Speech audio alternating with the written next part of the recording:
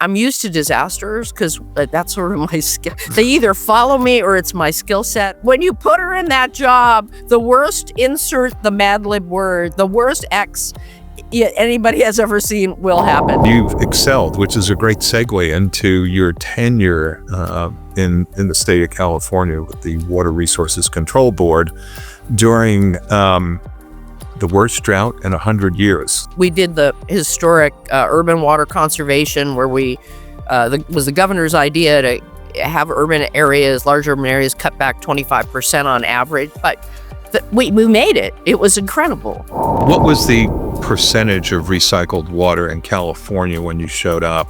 And then what is it like now? At the moment, it's at 11%. But it's, again, if you look down at Southern California, it's much higher. And the goals are higher.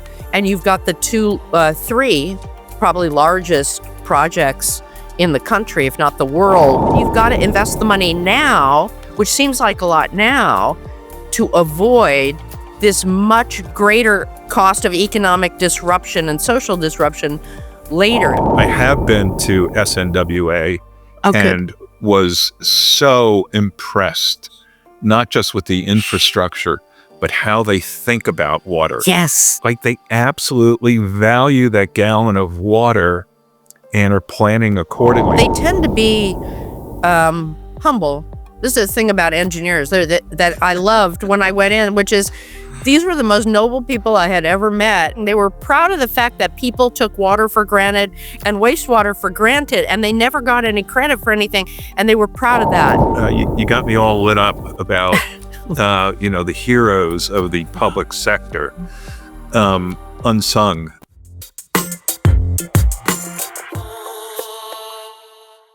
Distilled is brought to you by KTM.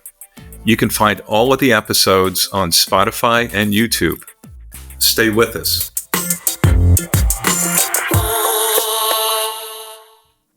Really excited to have my longtime friend, Felicia Marcus, who is Landreth Fellow at Stanford University, Water in the West. So one of Felicia's great claim to fame, rightfully so, is that she took on a statewide role during the most significant drought in 100 years in the state of California. And she navigated through it, and she implemented initiatives that got the state to a better place and also raised awareness about the value of water. Felicia, here we are again.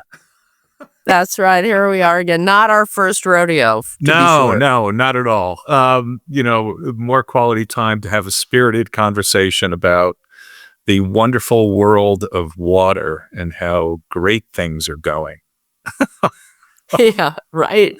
How did you get into this? Like, you've had a really, really interesting journey along the way, and you obviously are very passionate about what you do and very active. So, like, where did it begin?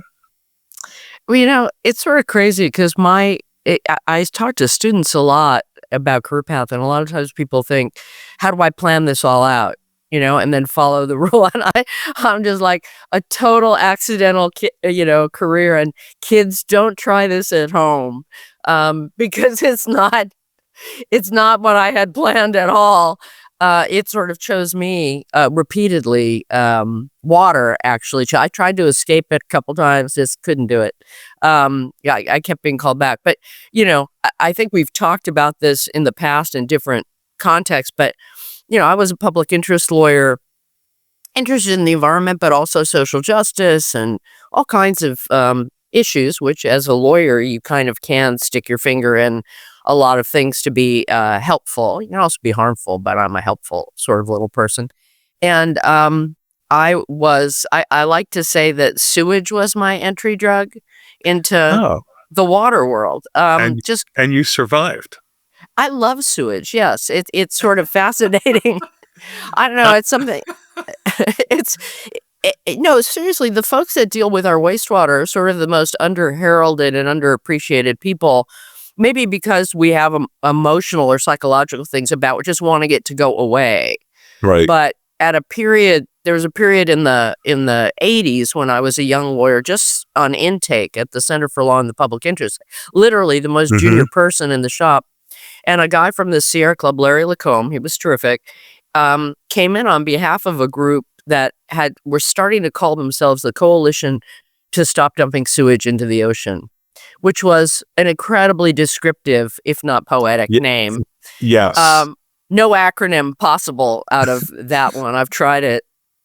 And he told me this incredible story about how everything that we flushed down a toilet in LA, went through a treatment plant, but it ended up in the ocean, right in Santa Monica Bay. And it was sort of and it should have been fixed, years before, but LA was very late. And there's a long story we don't have time for as to why they were either misled or intentionally bad about this. But in any event, there was this long legal process where the federal and state government had been enforcing against them, but it was put in what's known as abeyance while they applied for what's known as a 301H waiver.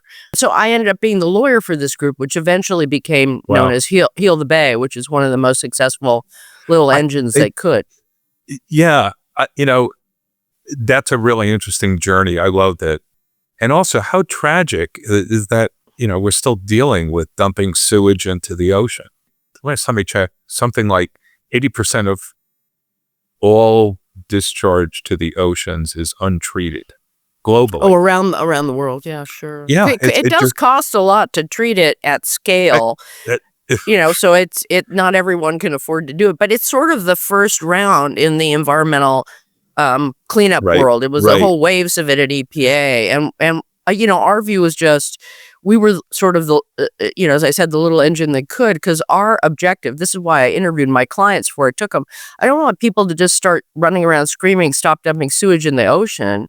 You have to suggest solutions and help them get there. So we tried repeatedly. We were rebuffed at first, and a new deputy mayor came in. It was amazing to say why they should want to do it, because as a lawyer, you can get the minimum the law requires, but it's not the route to the promised land. So, we sort of took over LA over time, and to make that long story, I ended up running the public works department, which would happen nowhere else than LA. And so then my career took off on more of a government manager, then later a regulator, reforming regulator at US EPA, working on a whole bunch of other issues, including the Bay Delta challenging issues and trying to resolve those. So I sort of turned more into an organizational manager and a mediator and, sort of negotiation solver and tough regulator at times. Going back to your comment about speaking to students and their view potentially that,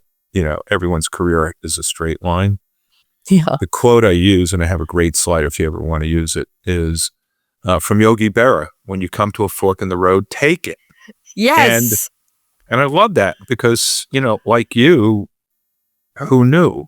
Well, also, I think sometimes it's hard to know what you're good at. I mean, I try now. My whole career has tried to pay that back, where I go out of my way to tell people what they seem to do well or what they seem to have an aptitude for, because I didn't know. I just had this idea of wanting to be a public interest lawyer and sue the man, that kind of thing. And be noble, but I wanted to make a difference, so I was more reasonable than most people, because you want to get the other side to want to do what you want them to do, because they have more power than you can force in a lawsuit. You get their attention with the lawsuit, but you don't get the route to the promised land. And he said, you would be a great manager, because when he wanted me to run public works, I said, are you out of your mind? I'm just a kid. And he said, no, you have the skills. I've watched you talk to these engineers and you're helping them figure it out as opposing counsel. I never saw that before. And we need that to do the big garbage recycling program with engineers. And it turned out I am much better than I ever would have been as a lawyer. And had it not been for that man who said, you would be good at this, and gave me, and the mayor gave me the car keys and said, get it as clean as you can, kid. It was like, oh my God, I am much better at this. Who knew, That's great. And you've excelled, which is a great segue into your tenure in the state of California with the Water Resources Control Board during the worst drought in 100 years. And I was thinking about that we keep refining that like every year. Oh yeah, it's the new worst drought in 100 Exactly. years. That's a good way to put it. Yeah, it's like walking, into the same pothole in life. It's like, yeah, been there. Oh, it's worse. So tell me, tell everyone a little bit about, your role, responsibility, and what you were confronted with at that moment in time, because it's still relevant, and your strategy and tactics to deal, yeah, worst drought in 100 years, and what do we do now? So Well, yeah, it's interesting because, I think you do need to have a strategy, not just for yourself, but in general for what you want to accomplish in life. And then there's an element of timing, because I think a lot of people have this idea of what the perfect world is and what ought to be done, and they just keep repeating it louder and slower at anyone who will listen. When what you really need to do is think about what needs to happen hmm and where's the opportunity. It's like, and who are the players that need to, if not all agree completely, not throw themselves in front of the train. So it requires sort of an awareness of what the political spectrum is, and I think really importantly, in a government official, a willingness not to just be an advocate for your side or one stakeholder right, group, but to really have empathy and try to understand the competing needs. Because when you are a public official, you're not representing where you came from. You have to represent all Californians or all, right, Coloradans, or whatever the thing is, the entire Western region. When I was at US EPA, and Arizona, Nevada, Hawaii, and California really can't be more different than right. any other set of states. So what happened was, again, I'm used to disasters because that's sort of my skill. They either follow me or it's my skill set, or That's your something jam, right? I do somebody in the cosmos disasters. says is that when you put her in that job, the worst, insert the Mad Lib word, the worst X anybody has ever seen will happen. So when I was at Public Works, you think I'm the great sewage queen, right? We had earthquakes right after I left, and I was there for it. So I went back into City Hall to help. Floods, riots, it was just, I sort of became the disaster queen. So, and when I was at EPA, they were political disasters. And so I have kind of a thick skin, and I don't freak out. So it was kind of good that I was at the water board, that worst drought shows up, and the water board, it's like, I thought, oh, here we go again. I won't tell you where I am now because I don't want people to get nervous. At the water board, it's an interesting dynamic because we were, and I was a we. I never give up any of these we's, so I can be just confusing to everybody all the time. But the water board is unusual. None of the other states have this, where it's a combination of the Water Rights Board and the Water Quality Board. It's 50-something years old now. And the idea is that you need 5 humans from different walks of life to make some of these decisions that are subjective, where we're trying to decide how to maximize benefits for the competing interests. And it's actually pretty brilliant. But so as a result, they kept putting, when I got to the water board, we got more authority over certain things, like the drinking water program was not where one would want it to be. No disrespect to the people at the Department of Health, but the state had passed the Human Right to Water Act, the first one in the country, and advocates wanted to move it to the water board because it would be a bigger part of a smaller entity and get the care and feeding of this 5-member civilian board. And we were pretty good at working with communities on the wastewater side. And this way, everybody had one-stop shopping for their funding, for their technical assistance, for their relationship with government. So we got that. So that, of course, we had people running out of water during the drought. So we were able to get all kinds of emergency authority to help little communities that we didn't have the authority to help before, or the money.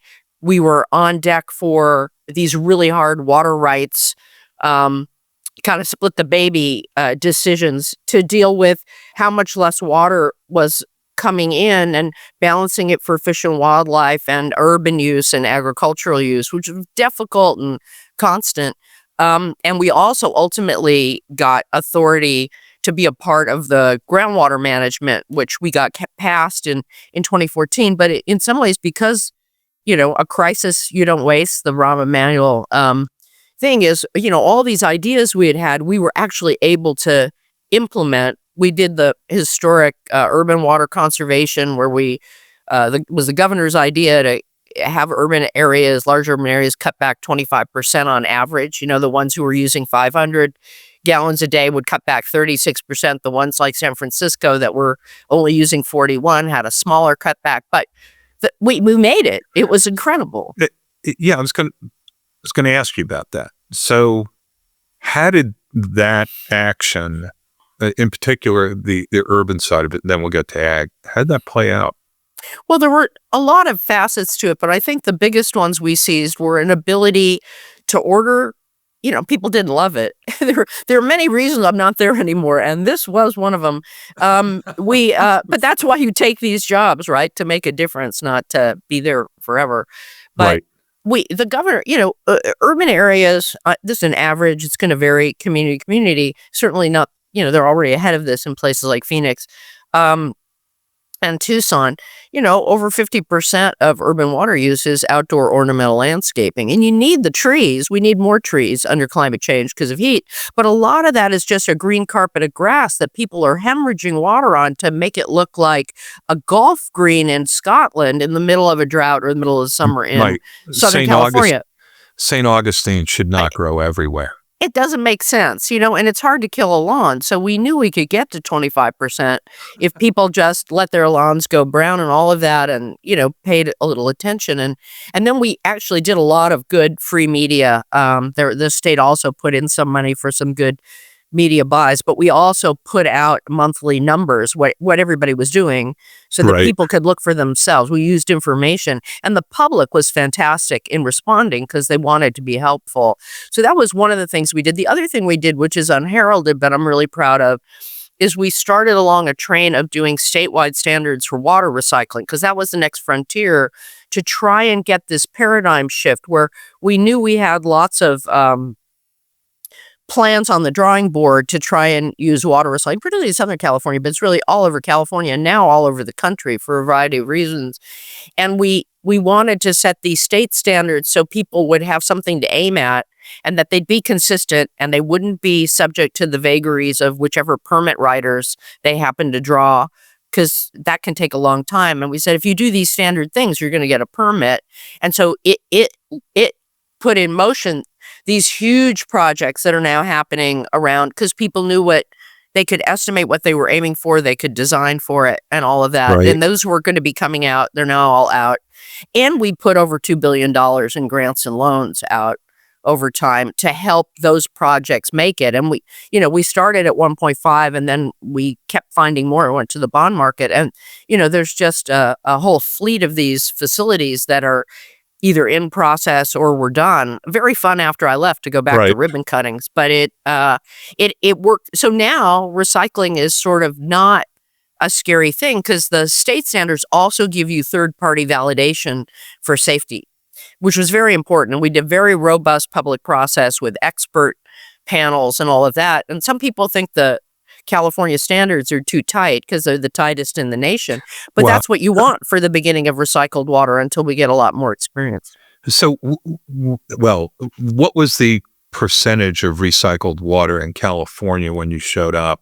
And then what is it like now? Like, how much progress has the state made? And then I'm going to ask you a follow-up question about, okay, so the Colorado River Basin is unhealthy, in quotes, and what do you think the ability is to scale water reuse within the region across states that, to your point, have very different perspectives? Well, that's a great question, and that's what I'm doing right now at CRUA and spending a lot of my time on. So it's the perfect question. I think as for percentages, it's going to sound disappointing. I think California at the moment is at 11%, but it's, again, if you look down at Southern California, it's much higher, and the goals are higher. And you've got the three probably largest projects in the country, if not the world, in process. So in Southern California, the biggest one is Orange County Water District, definitely the world leader now at 130 million gallons a day, that they've been working on for 30 years. I mean, talk about Orange County being very farsighted. I mean, they do a lot of things for the future, but they also had a very constrained water supply, and they have a big basin that they can manage. They started off doing it really early to do a seawater intrusion into their groundwater basin, which is a big use of recycled water. But now what got unlocked by our standards are these giant projects, LA up to 230 MGD, and Metropolitan Water District of Southern California and the LA County Sanitation District. Because these things, this is something I've developed certain expertise in over the years. I've actually written papers, so I'm a real expert now, not just a talker. Wait till after this podcast. You'll be like a bigger expert. Well, the key is my expertise is in that people thing, which is the engineering and the legal, all that stuff. That's not that hard. It's the people part, because you've got to get two different kinds of agencies to work together to produce one of these projects. And there's some phenomenal examples, and then there are ones that haven't got off the ground because people can't get over themselves. I mean, wastewater people, and they have different disciplines. They have different, they're very different. So you've got to do this camp counseling social work where they have to understand each other in order to do these large projects well. So it takes a while, but these huge projects will flip those percentages just on that. You have the city of San Diego doing a very advanced one because they don't have a groundwater basin for recharge, which is the easiest place to go. And they are going to go with reservoir augmentation. There are a whole series of them in California, but there are many all over the country to deal with reducing the nutrient discharge into particularly the Chesapeake Bay and enclosed water bodies, but also eventually oceans, because these discharges, even though they meet full secondary standards, are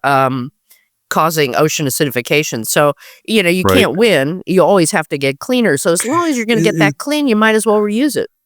Yeah. The 11% number, yes, it sounds low, but considering how big California is, it's a lot. Well, right. In terms of scale, absolutely. It's, significant, but also, the US, the last time I checked, it was, well under 10% on a national level. Yeah, no, under, definitely. And then places, like, Spain or maybe close to 30% now. Yeah, so, Spain's really ahead on this stuff for sure. Yeah, and, but with good reason. So tell me more about what you're doing now. Like, so, all right, take those examples from the not disaster, but the drought, and then everything that went with it, and some of the interventions, mitigating actions. How do you scale that within the American West and Colorado? Like, what's your thinking about that? It's a combination of regulation, legislation, and money. Doing water treatment, even to direct potable standards, is just the application of energy and money to do it. And I think there are a couple of things we need to do generally, and then I'll talk about the basin in particular. Arizona's way ahead in percentage wise, and Nevada. I mean, Southern Nevada Water Authority around laws. I just did a tour of this third intake that they did. They're amazing in understanding that you need redundancy. You need to look at the numbers. It's not just a math problem, but it's like you have to look towards the future and not put your people at risk. And you've got to invest the money now, which seems like a lot now, to avoid this much greater cost of economic disruption and social disruption later. And that is something I've been working on, done some writing on, which is we have to change the way we look at infrastructure investment and not compare the expense of recycling, let alone desal, which is a whole other conversation if you want to have it, it's a lot more expensive than current cost of imported water per acre foot. But if that water's not there, the economic cost is 10 times as high. I agree with you. So one point, I have been to SNWA and was so impressed, not just with the infrastructure, but how they think about water. Yes. And you compare that to the narrative that's out there. Oh, Las Vegas, a big city in the desert, it shouldn't be there. It's going to go away. No, it's not going to go away. It's not going to go away for a lot of reasons. And they get it.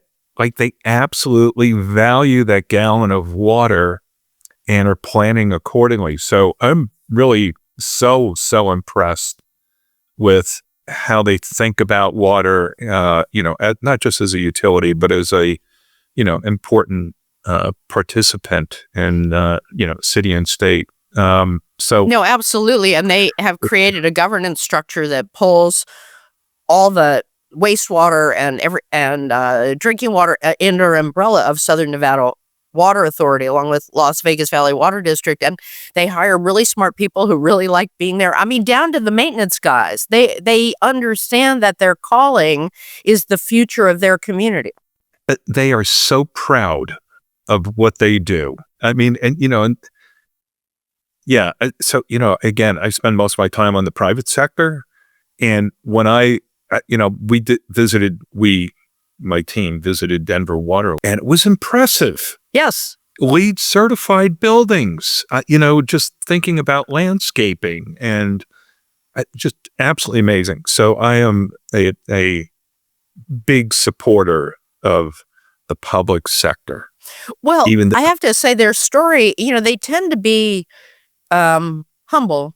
This is the thing about engineers that I loved when I went in, which is these were the most noble people I had ever met. And they didn't want to be known necessarily. They were proud. This is this thing. They were proud of the fact that people took water for granted and wastewater for granted, and they never got any credit for anything. And they were proud of that. They were just proud that people could live their lives.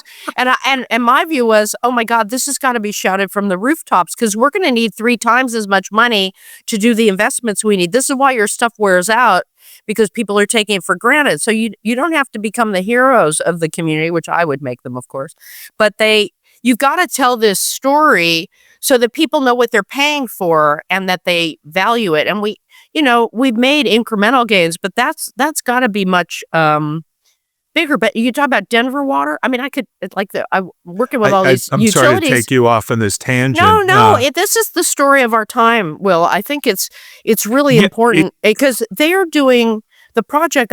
They're doing lots of good things, but the project they're doing that is ahead of the curve is this Forest to Faucets project, where they're one of the main leaders that's actually investing in doing ecological forest management to keep the forests above them from burning up, which sends more carbon into the atmosphere than fossil fuels now, and which then there's a reason to do it. All the sediment comes into their reservoirs, and it costs a lot to clean them up, and it sends toxic. So they have a legitimate reason to do it. And ultimately, if you do that right, you're going to yield at least a little more water under climate change, because there'll be room for the snow to fall and not melt out, which is the grand threat facing all of us under climate change, where we lose our snowpack, which is the biggest source of storage for the timing issue we have.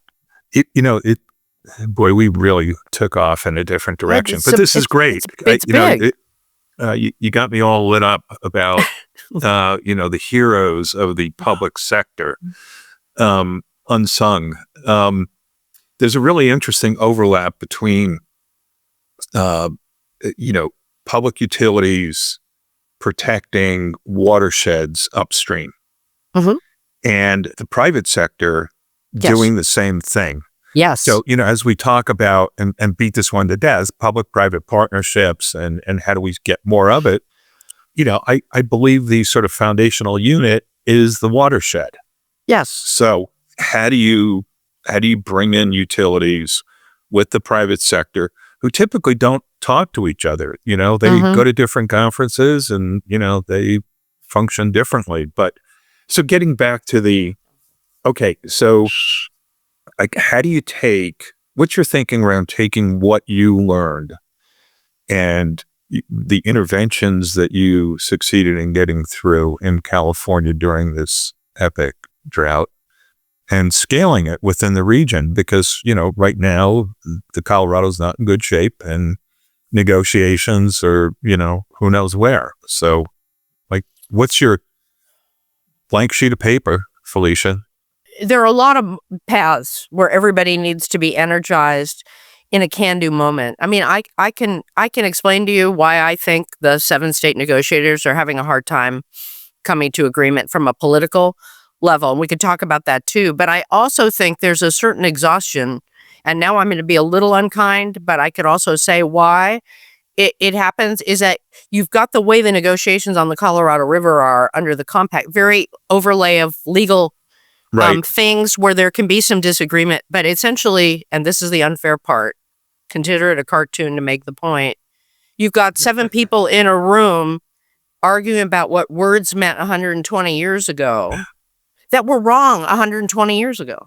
About what the river would provide. And yet they can't afford to lose a drop because they can't go back home and look like they gave their water away. And so it needs to be broken up on a couple of levels. One is the federal government's going to have to step in as the tough guy. And I've been that one on air and water issues.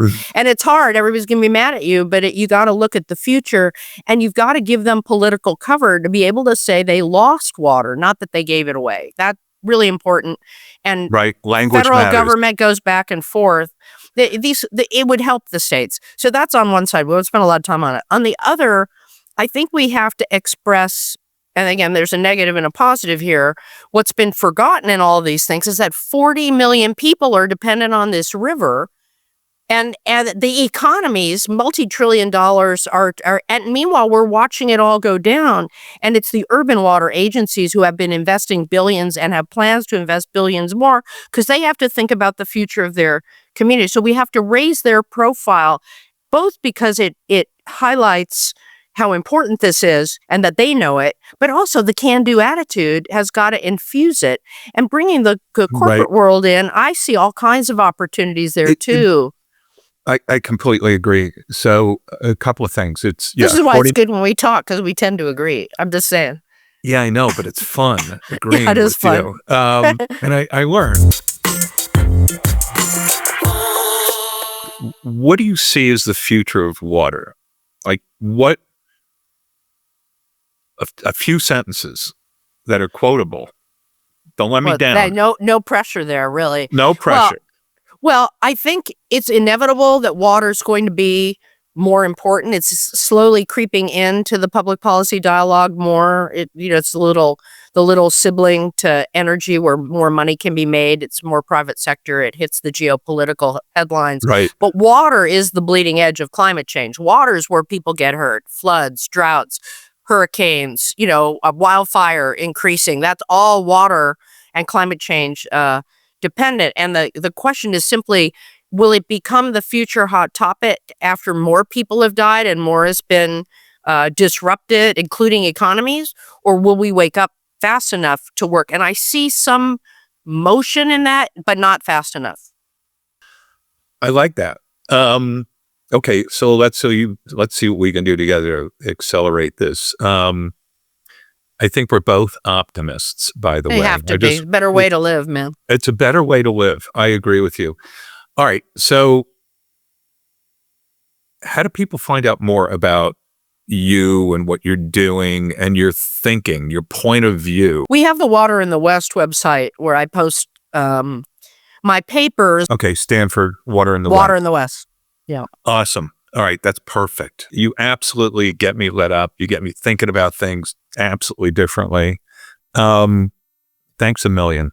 I appreciate it. It's all about people. I mean, that's the bottom line. Yes. It's not the technical. It's how do you get people to see another way? And they usually think it's too hard. And then what you do, like we did in the drought, is you get them the authorities, you get them the money, the pieces of things that make it seem more possible. But it takes a lot of storytelling too, because people get caught in the day-to-day weeds a lot. We forget the humanity part of it. That's the biggest my thing about ecosystem management. It's ecosystem management, not ecosystem management. That's the hard part. All right. I got a few quotes from you now. Thanks a lot. Thank you.